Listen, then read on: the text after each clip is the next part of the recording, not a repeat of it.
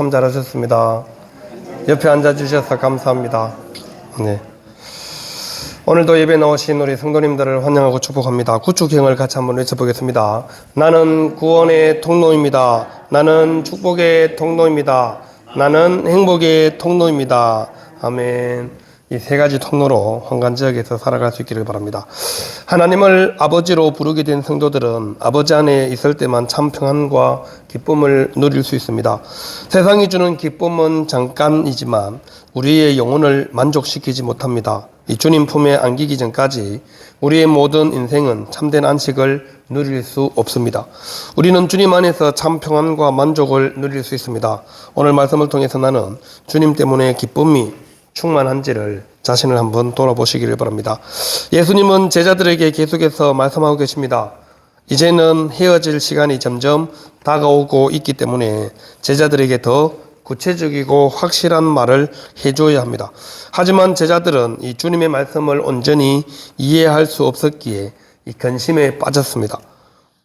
예수님이 하시는 말씀을 이 제자들이 알아듣지를 못하고 있는 것이죠. 하나님의 말씀을 깨닫지 않고는 우리 인생을 이해할 수가 없습니다. 하지만 하나님 말씀을 깨닫고 그 분을 의지하기 시작하면 마음에 기쁨이 생깁니다.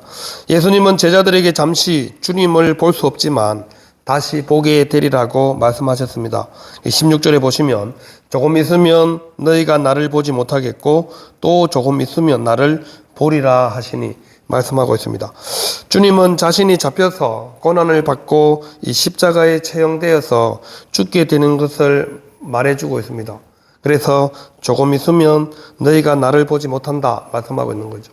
이제 조금만 있으면 이 종교 지도자들이 보낸 사람들에게 잡혀가서 그때부터 이제 더 이상 제자들과 함께 할 수 없는 그런 상황이 곧 닥칠 것이기 때문에 그렇습니다.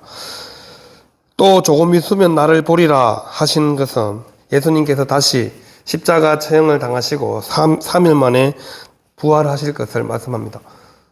공관복음서에도 예수님께서 순환을 당하시고 죽으셨다가 사흘 만에 부활하실 것을 3번씩이나 계속 제자들에게 예고하고 있는 것이 등장하죠. 요한복음에서는 이제 다락방 강화에서 예수님께서 제자들에게 십자가에서 죽으시고 또 사흘 만에 다시 살아나서 다시 만나게 된다는 것을 이렇게 표현하고 있습니다. 조금 있으면 너희가 나를 보지 못하겠고 또 조금 있으면 나를 보리라. 보지 못했다가 다시 금방 만나게 된다는 것을 말씀하고 있죠. 예수님께서 부활하시고 다시 살아난 이후에 또 성령 강림과 함께 제자들을 떠나지 않고 쭉 함께 하실 것을 예수님께서는 말씀하는 것입니다.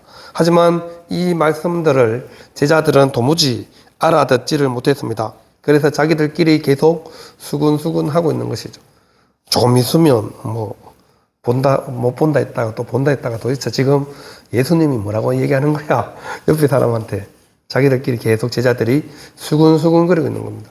예수님 계속 말씀하고 계시는데 예수님 말씀은 안 듣고 자기들끼리 예수님 말씀이 궁금하니까 옆 사람한테 계속 물어보는 겁니다. 설교 시간에 여러분들이 옆에 사람한테 목사님 지금 무슨 말 하노? 잘 안 들린다 이렇게 물어보는 것처럼 제자들끼리도 자기들끼리 예수님 말씀을 이해하지 못하고 알아듣지 못하니까 자꾸 옆에 있는 사람한테 물어보는 거죠. 그 모습을 계속해서 예수님께서 보면서도 계속 자신의 말씀을 하고 있습니다. 왜냐하면 시간이 지금 얼마 남지 않았기 때문에 촉박하기 때문에 예수님께서 제자들에게 해주어야 할 말들을 다 하고 있는 거죠. 18절에도 또 말하되 조금 있으면이라 하신 말씀이 무슨 말씀이냐 무엇을 말씀하는지 알지 못하노라. 이제 대놓고 이제 알지 못한다. 예수님 하는 말을 우리가 대놓고 알아듣지 못하겠다라고 이제 말하고 있는 것이죠. 이처럼 지금 예수님의 제자들은 3년 동안 예수님을 따라다니면서 예수님의 말씀을 계속 듣고 있음에도 불구하고 예수님의 하시는 말씀을 알지 못한다고 이렇게 얘기하고 있는 것이죠. 우리가 하나님의 말씀을 열심히 듣고 읽습니다. 성경 일독도 제가 열심히 하라고 강조를 하고 있지만 성경 열심히 읽어도 우리가 하나님의 말씀을 알아듣지 못할 때가 훨씬 더 많죠. 지금 제자들의 모습이 그렇습니다. 그래서 제자들은 늘 지금 예수님이 떠나고 나면 어떡하나 근심이 가득하고 도대체 예수님이 지금 왜 저렇게 알아듣지 못하는 말만 계속하고 있는지 궁금하기 짝이 없는 거죠. 그래서 우리가 이 하나님의 말씀을 깨닫고 이해하기 위해서는 반드시 성령님의 도움을 받아야 합니다. 그래서 예수님께서는 보혜사 성령을 너희에게 보내주겠다. 그래서 예수님이 떠나는 것이 훨씬 너희에게 유익하다는 말씀도 하시는 이유가 바로 그것입니다. 하나님의 말씀을 잘 깨닫도록 하기 위해서는 반드시 성령님의 도우심이 필요하기 때문에 우리가 말씀을 읽을 때 늘 성령님께서 깨우쳐 주시도록 기도하면서 말씀을 읽어야 하는 이유도 바로 이것입니다. 아무리 많이 성경을 읽어도 성경을 아무리 많이 알아도 깨닫지 못하면 지각이 열리지 않으면 우리의 행동이 나타나지 않기 때문입니다. 우리의 지식은 그냥 지식으로 머물러 있으면 아무런 일도 일어나지 않는다는 사실입니다. 우리에게 지각이 열려서 깨달음이 생겨서 그 지식이 지혜로 나타나야지 우리가 행동으로 옮기게 되기 때문에 그렇죠. 그래서 성령 하나님께서 강림하실 때까지 예수님께서 제자들에게 기다리라고 하신 이유도 바로 그것입니다. 성령님이 임하시고 이제 예수님께서 하신 말씀을 깨닫고 나면 그 다음부터는 예수님이 굳이 알려주지 않아도 가르쳐주지 않아도 제자들이 움직일 것이기 때문에 그렇죠. 그래서 사도행전은 확실하게 우리에게 제자들이 얼마나 변화되었는지를 확실히 우리에게 보여주고 있는 것이죠. 성령 강림이 얼마나 중요한지 예수님께서 말씀하신 요한복음 14장, 15장, 16장에서 말씀하신 보혜사 성령님이 너희에게 오시는 것이 왜 유익한지를 사도행전이 바로 증명을 해 보이고 있는 것입니다. 예수님께서 성천하시고 난 이후에 그리고 오순절 날이 되어서 성령 강림이 임하고 난 다음 제자들의 삶은 완전히 바뀌었기 때문이죠. 그냥 예수님께 들었던 말씀들이 이제는 그 말씀의 의미가 무엇인지를 확실히 깨달아서 제자들이 직접 행동으로 나타내고 있기 때문에 그렇습니다.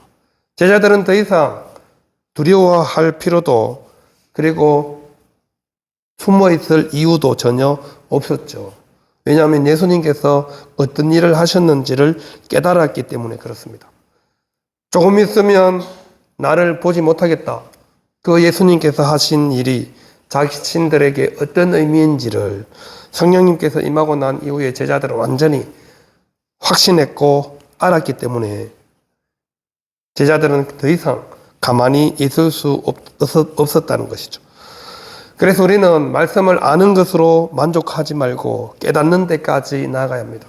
성령 하나님께서 이 말씀을 통하여서 도대체 나에게 하시고 싶은 말씀이 무엇인지 그리고 내게 주시는 의미가 무엇인지를 우리가 깨닫도록 늘 성령님의 도우심을 구해야 하는 이유가 바로 거기 있습니다. 주님은 하신 말씀을 알아듣지 못하는 제자들에게 다시 대답해 줍니다. 20절에 보시면 내가 진실로 진실로 너희에게 이르노니 너희는 곡하고 애통하겠으나 세상은 기뻐하리라. 너희는 근심하겠으나 너희 근심이 도리어 기쁨이 되리라 말씀하고 있습니다.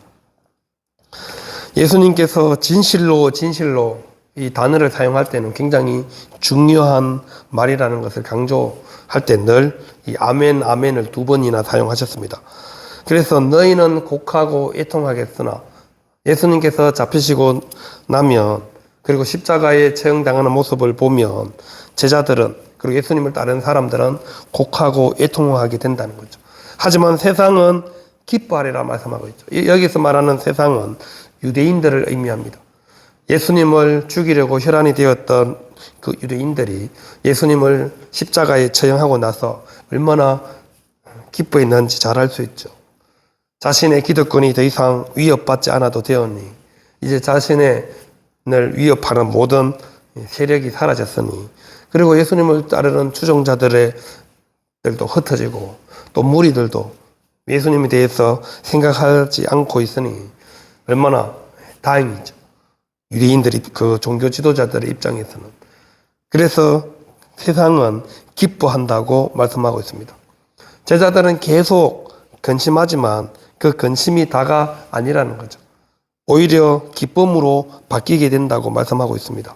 그 언제 기쁨으로 바뀌어요? 부활하신 예수님을 만났을 때 제자들은 기쁨을 감출 수가 없었잖아요.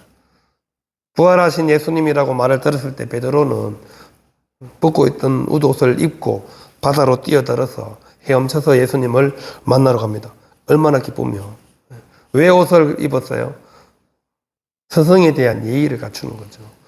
수영하면 옷 벗고 수영하는 게 훨씬 더 편한데 스승님을 만나러 가니까 열심히 고기를 잡고 있으면서 더우니까 벗고 있던 겉옷을 입고 급하게 바다로 뛰어들어서 예수님께로 달려가는 거죠. 예수님이라는 소식을 듣고 분명히 십자가에서 죽으셨는데 예수님께서 바닷가에서 제자들을 바라보고 있으니 얼마나 반가웠겠어요. 얼마나 기쁘겠어요. 그러니까 예수님을 제일 먼저 보겠다고 바다로 뛰어드는 거죠.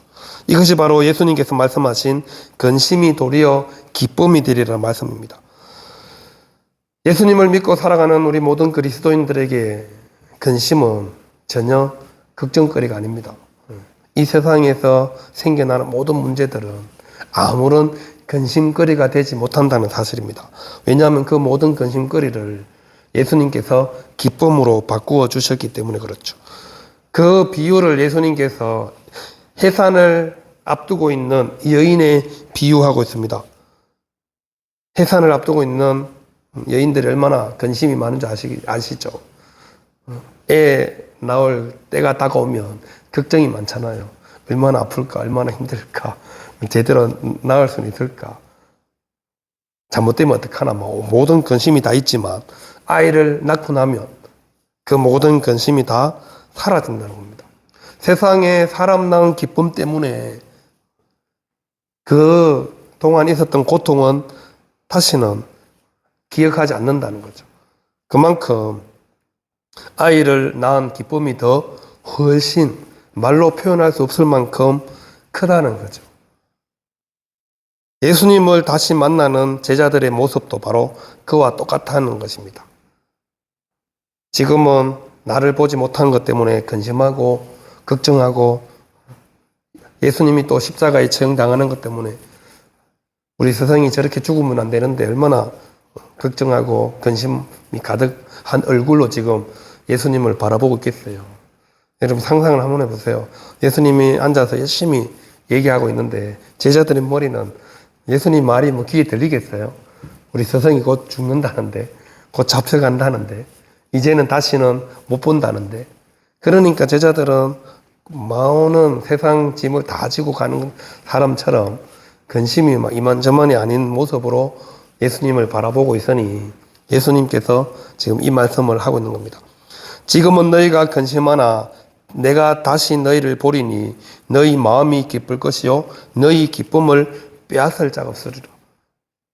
예수님을 다시 보게 되면 더 이상 근심은 사라지고 기쁨이 가득하게 되고 그 가지고 있는 기쁨을 빼앗을 자가 없게 된다 말씀하고 있습니다. 지금 당장 눈앞에 일어나는 일로 인해서 근심하지만 다시 보게 되면 마음이 기쁠 것이라고 말해주고 있는 것이죠. 그리고 그 기쁨은 그냥 잠시 기쁨으로 끝나는 것이 아니라 계속 제자들과 함께 있게 된다는 것을 약속하고 있는 겁니다. 여러분 그냥 어떤 조건이나 환경에 의해서 기쁜 건 오래 가지 못하잖아요. 여러분 새 차 사신 분들 새 차 사면 기뻐서 얼마나 기쁘던가요? 권사님 며칠 가던가요? 한 며칠 가죠. 그러고 뭐 그냥 끝이에요. 며칠 기쁘고 그냥 맙니다. 새 집에 들어가도 마찬가지죠. 새 집 들어가서 얼마나 기쁘겠어요. 또 권사님 새 집 들어가 봐라 아시죠? 기뻐요. 근데 그 기쁨이 오래 가지 않는다는 겁니다.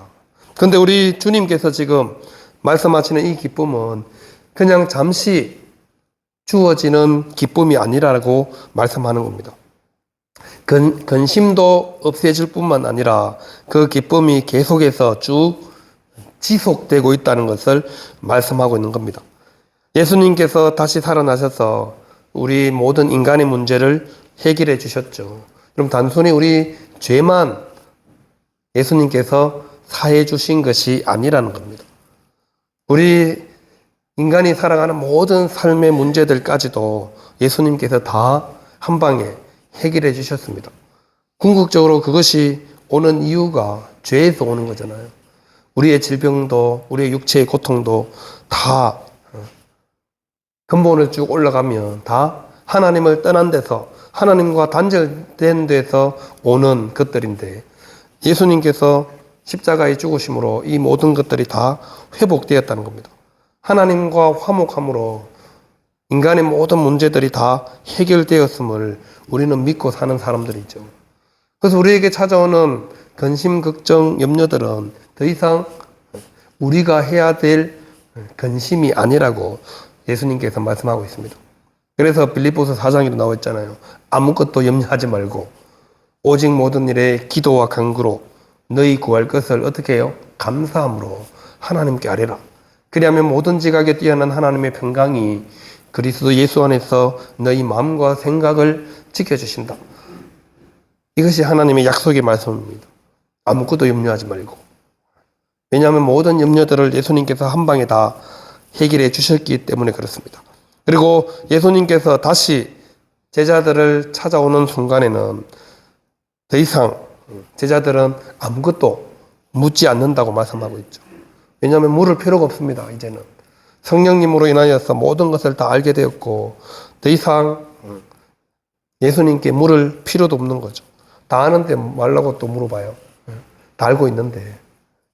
그래서 더 이상 물을 필요도 없다는 것이죠.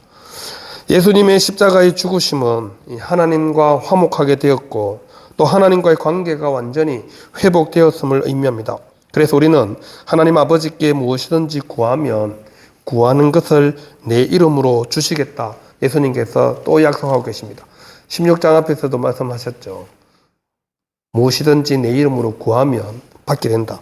또 24절에서도 똑같이 말씀하고 계십니다. 내 이름으로 구하면 받으리라. 예수님의 이름으로 무엇이든지 구하면 주님께서 주시겠다는 약속의 말씀입니다. 기도의 효력까지 예수님께서 다 해결해 놓았습니다. 우리와 하나님의 사이가 멀을 때는 하나님께 아무것도 구하지 못했죠. 구할 수도 없었죠. 하나님께로 나가지를 못하는데 뭐 어떻게 구하겠어요. 아버지와 자식이 관계가 멀어지면 아버지한테 뭔 부탁을 하겠어요. 말을 못하죠. 왜? 관계가 틀어졌는데.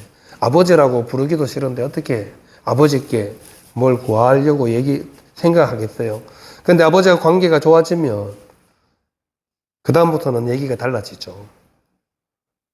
도움이 필요할 때 도움을 구할 수 있고 또 아버지가 주시고자 할 때 받을 수 있잖아요. 예수님께서 하신 일이 바로 그겁니다. 내 이름으로 기도할 수 있는 효력을 예수님께서 해결해 주셨습니다. 이런 굉장한 효력이죠. 무엇이든지 내 이름으로 구하면 주시겠답니다. 지금까지는 내 이름으로 아무것도 구하지 않아서 못 받았는데 이제는 기도만 하면 하나님께서 다 들어주시겠다는 말씀이죠. 예수님의 이름으로 구하면 받는다고 예수님께서 확실하게 2번씩이나 지금 얘기하고 있습니다. 내 이름으로 구하면 주시리라. 구하면 받게 된다는 것을 말씀합니다. 여러분, 우리 인생은 늘 결핍이 있습니다. 무엇인가 우리는 필요한 존재입니다. 늘 소유하고 싶어서 안달이죠. 뭔가 좀 있어도 더 좋은 걸 찾는 것이 우리의 본성이잖아요. 옷이 없어서 사나요? 더 좋은 옷, 예쁜 옷 나오면 사고 싶은 게 우리 마음인 거죠. 그렇지만 모든 것을 항상 다 해결할 수는 없습니다. 하지만 이제는 예수님의 이름으로 구하면 받으리니 너희 기쁨이 충만하리라 말씀하고 있습니다. 여러분, 충만의 의미를 늘 말씀드렸죠. 그냥 가득 찬 상태가 아니라고요. 충만은 계속 컵에 물을 따르면 어떻게 될까요? 물이 그릇은 요만한데 이 양보다 더 많은 물을 부으면 어떻게 돼요? 흘러 넘치죠. 그 상태를 충만이랍니다. 그 안에 담겨 있는 게 충만이 아니고 계속 흘러서 계속 들어보면 어떻게 돼요? 물이 계속 흘러 넘치겠죠. 온 여기 막 강대상이 흥건할 정도로 흘러 넘치겠죠. 이 상태를 충만이라고 말합니다. 중단이 없는 상태죠. 우리에게 예수님께서 지금 너희 기쁨이 충만하리라 그 의미입니다. 그럼 우리 속에 기쁨이 계속 충만하면 어떻게 될까요? 기쁨이 우리 안에만 머물러 있는 게 아니라는 겁니다. 물을 계속 들어보면 물이 컵에만 머물러 있지 않잖아요. 계속 흘러내리겠죠. 저기서 계속 물을 부으면 물이 계속 흘러내릴 거 아니에요. 하나님, 예수님께서 너희 기쁨이 충만하리라 말씀하시는 의미가 바로 그것이라는 거죠. 예수님께서 우리에게 기도하면, 하나님 아버지께 기도할수록 우리 속에 뭐가 충만하다고요? 기쁨이 충만해질 거라고 말씀하고 있습니다. 그리고 우리는 기도하면 하나님께 내가 기도한 걸 받는 그것으로 만족하시면 안 됩니다. 기도하면 할수록 우리 속에 기쁨이 충만해야 합니다. 내가 열심히 기도했는데 내 마음에 기쁨이 별로 없다. 그러면은 아직 기도 응답을 못 받은 걸로 생각하셔도 됩니다. 왜냐하면 예수님께서 우리에게 응답해 주시면 너희 기쁨이 충만하리라 말씀하셨기 때문에 그렇습니다. 그래서 예수님은 계속해서 지금까지는 너희가 내 이름으로 아무것도 구하지 아니하였으나 구하라 그리하면 받으리니 너희 기쁨이 충만하리라. 그래서 오늘 말씀의 제목도 기쁨이 충만하리라 합니다. 우리 그리스도인들이 예수님을 믿음으로 인하여서 늘 기쁨이 충만하셔야 합니다. 어떤 조건이나 나에게 필요가 채워져서 기뻐하는 것이 아니라 예수님 때문에 우리가 늘 기쁨이 충만하셔야 합니다. 그것은 주님의 다시 될 기쁨, 그리고 주님을 다시 되게 보게 되면 우리에게 주어지는 기쁨이 똑같습니다. 예수님을 다시 만났을 때 제자들이 얼마나 기뻐했는지를 한번 생각해 보시면 충분히 이해하실 수 있죠. 부활하신 예수님을 만난 제자들의 모습, 그리고 성령 강림 이후에 예수님의 말씀을 깨닫고 새로운 인생을 살기 시작했던 제자들의 모습을 보면 주님이 지금 요한복음 16장에 하시는 말씀이 무슨 의미인지를 우리는 정확하게 알 수 있습니다. 또 사도 바울 목사님이 빌립보서 4장 4절에 이렇게 말씀합니다. 주 안에서 항상 기뻐하라. 내가 다시 말하노니 기뻐하라. 사도 바울이 지금 어디에서 이 빌립보 서신을 쓰고 있어요? 감옥입니다. 감옥. 자기는 지금 복음 전하다가 감옥에 붙잡혀 있으면서 빌립보 성도들에게 주 안에서 항상 기뻐하라. 내가 다시 말하노니 기뻐하라고 강조하고 있습니다. 항상 기뻐하고 다시 말해도 기뻐해라고 말하는 거죠. 그리스도인들이 가져야 될 충분한 마음이 바로 이 기쁨이라는 것을 말해주고 있는 것이죠. 감옥에 있으면서 뭐가 기쁘겠어요? 자유롭게 다니지도 못하고 전해야 될 복음도 사람도 많이 있는데 아직. 그럼에도 불구하고 감옥에서도 이 사도 바울은 주님이 주시는 기쁨을 결코 중단되지 않았다는 거죠. 자기가 기쁘니까. 여러분, 내가 안 기쁜데 상대방에게 기뻐해라고 말할 수 있어요? 말은 할 수 있겠죠. 근데 이렇게 항상 기뻐하고 다시 말해도 기뻐하라고 이렇게 외치기는 쉽지 않습니다. 자기가 안 기쁜데. 자기가 기뻐야 이렇게 자신 있게 말하죠. 자기가 기뻐해야 자신 있게 이렇게 항상 기뻐하라고 다시 말해도 기뻐하라고 이렇게 말할 수 있는 상태가 되려면 자기 마음의 기쁨이 충만해야지 가능하다는 겁니다. 우리는 하나님께 기도함으로 항상 기뻐할 수 있습니다. 그리고 이 기쁨은 우리의 환경이나 상황에 의해서 좌지우지 되는 게 아니라는 겁니다. 예수님께서 우리에게 이 기쁨을 이미 주셨습니다. 그래서 우리는 항상 기뻐할 수 있고 또 이 기쁨으로 인하여서 다른 사람도 기쁘게 해줄 수 있습니다. 나만 기쁜 것이 아니라 나 때문에 내 주위에 있는 다른 사람에게도 똑같이 이 기쁨을 줄 수 있다는 겁니다. 이게 희망이죠. 희망이 있으면 기쁨은 사라지지 않습니다. 예수 그리스도를 믿는 모든 그리스도인들은 예수님 때문에 이 희망이 있고 이 희망 때문에 우리는 끝까지 계속해서 기뻐할 수 있고 나 혼자만 기쁜 것이 아니라 내 주위에 있는 모든 사람들을 똑같은 이유로 기쁘게 해줄 수 있다는 것이죠. 예수님의 이름으로 기도하면 하나님 아버지께서 주시겠다고 약속하셨습니다. 구함으로 받는 기쁨을 또 우리 성도들이 마음껏 누리시기를 바랍니다. 주님께 기도해서 응답받고 기쁨을 누리시고 또 주님께서 늘 나와 함께 하심으로 그 기쁨이 늘 내 속에서 충만하시고 또 세상 속에서 나에게 찾아온 어떤 근심과 염려, 걱정이 있어도 주님이 다 해결해 주신다는 확신 때문에 또 금방 기쁨으로 바뀌게 된다는 것이죠. 이것이 우리가 믿는 믿음입니다. 이것이 우리가 주님을 바라보고 주님을 의지하고 살아가는 이유이죠. 인간의 근심과 애통함과 결핍은 인생을 힘들게 만드는 부정적인 인간의 굴레들입니다. 그런데 믿음 가운데 있으면 이 모든 일들이 기쁨으로 변화될 수 있습니다. 죽음을 생명으로 바꾸신 능력의 주님이 우리와 함께 계시기 때문입니다. 우리에게 기쁨을 주시는 주님을 바라볼 수 있기를 바랍니다. 우리 성도들 안에 주님이 주시는 기쁨이 충만하시기를 바랍니다. 기도하겠습니다.